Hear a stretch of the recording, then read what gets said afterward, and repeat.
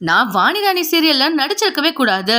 நடிகர் Prithviraj open talk. நடிகர் பிருத்விராஜ் சில வருடங்களுக்கு முன்னாடி அவரை விட 30 வயசு சின்ன பொண்ணான ஷீதலை டேட் பண்ணிட்டு இருந்ததுனால அது மிகப்பெரிய பேசும் பொருளா சமூக வலைத்தளங்கள்ல மாறி இருந்துச்சு. அதை தொடர்ந்து அவர் அவங்கள பிரேக்கப்பும் பண்ணிட்டாரு.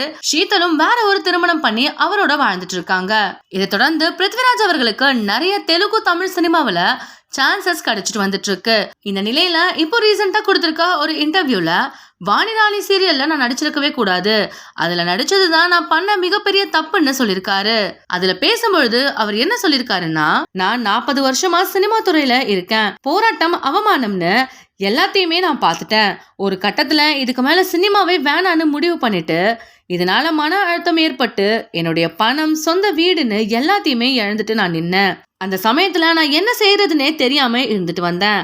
அப்படி இருக்கும் பொழுதுதான் என்னுடைய ஃப்ரெண்ட் ஒருத்தர் மூலமா வாணிராணி சீரியல்ல ராதிகாவுக்கு ஜோடியா நடிக்கிற வாய்ப்பு எனக்கு கிடைச்சது. அதுதான் என் லைஃப்ல நான் பண்ண மிகப்பெரிய தப்பு. ஏன்னா நடிகை ராதிகா சினிமாவுல பல வருஷமா இருந்துட்டு இருக்காங்க.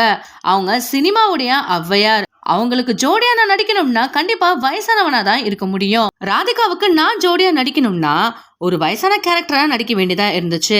அந்த சீரியல் எனக்கு கிழவங்கிற பேரையே வாங்கி கொடுத்துருச்சுன்னு பப்ளு அவர்கள் ஷேர் பண்ணிருக்காரு. அதன் பிறகு கண்ணான கண்ணை சீரியல்ல நடிச்சிருந்தேன். அதுலயும் எனக்கு அப்பா கேரக்டர் தான். இதனால பப்ளுனாலே அப்பா கேரக்டர் தான் என்ன முடிவு பண்ணிட்டாங்க.